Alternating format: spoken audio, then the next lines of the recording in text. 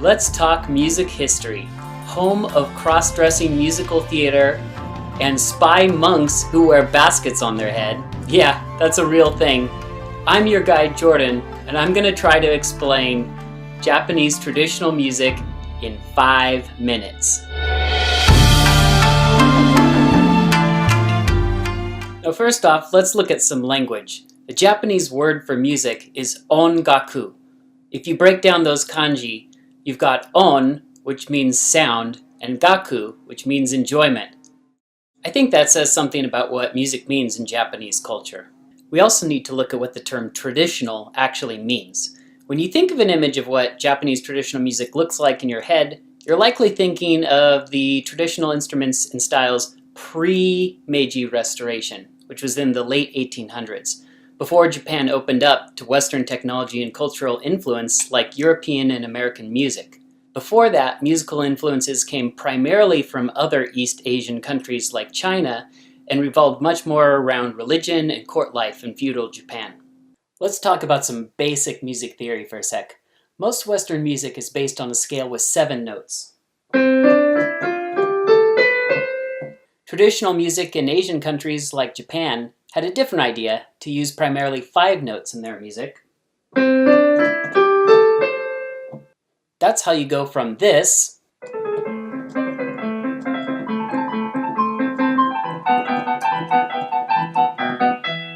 to this.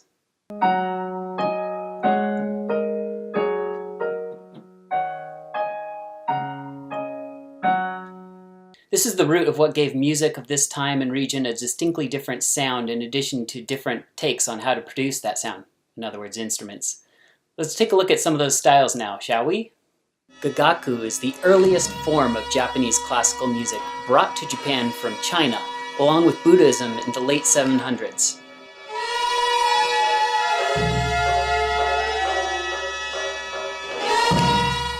Many of the instruments in this court music are a staple of other genres of Japanese music. These instruments would include the koto,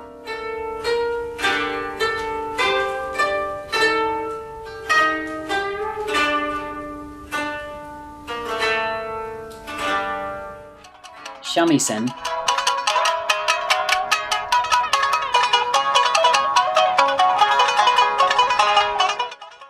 shakuhachi, like the one we saw at the beginning of this video,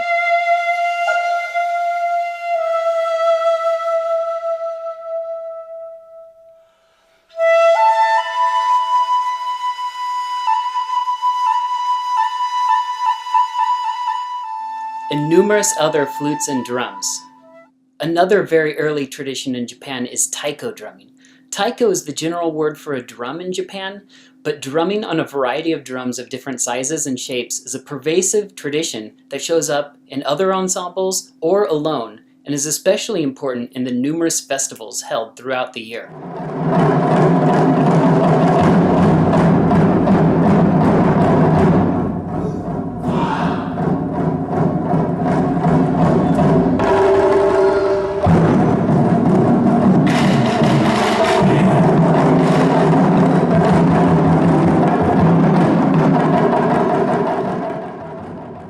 Now let's talk about theater.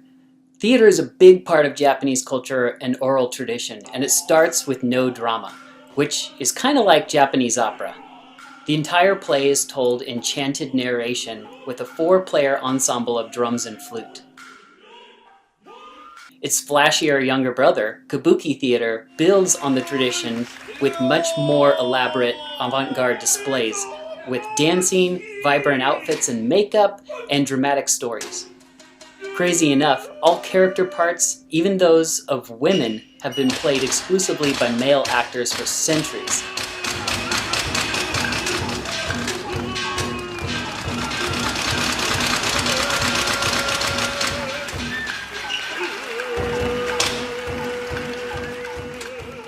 But really, what does traditional Japanese music mean today?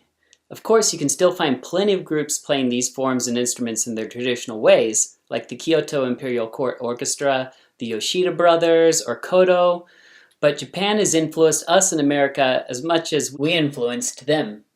You can find taiko performance groups all over the US now, carried over by their teachers who immigrated from Japan.